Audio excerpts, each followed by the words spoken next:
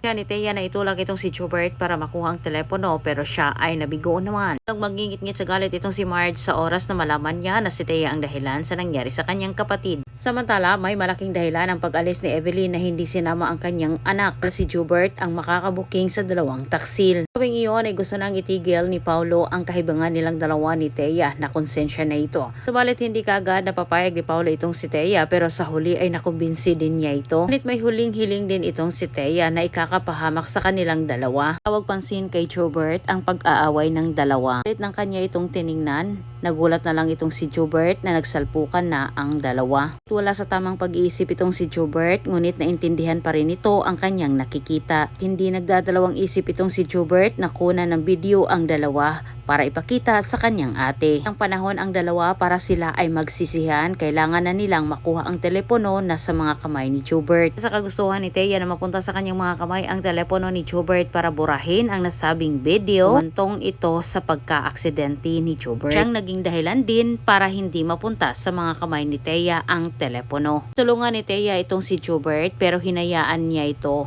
Sa kabutihang palad, dumating naman itong si Paulo. Lang isinugod itong si Jubert sa hospital pero wala silang nahagilap na telepono. Di nagtagal si Paulo sa hospital. Nagtataka na itong si Marge sa mga salita ni Paulo na hindi niya naunawaan.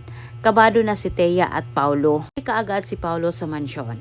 Sinamantala niya ang pagkakataon na abala itong si Marge kay Jubert para mahanap niya ang nasabing telepono. Sa kasamang palad, ang kanyang hinahanap ay nauna na sa hospital na si Edward ang nagbitbit nito upang siya mismo ang mag-abot kay Marge. Ang naisip ni Thea na posibleng nasa mga kamay na ni Marge ang telepono ni Jubert. Dumating si Paulo sa hospital. Malinaw niyang nakita nasa mga kamay na ni Marge ang telepono ng kanyang hinahanap.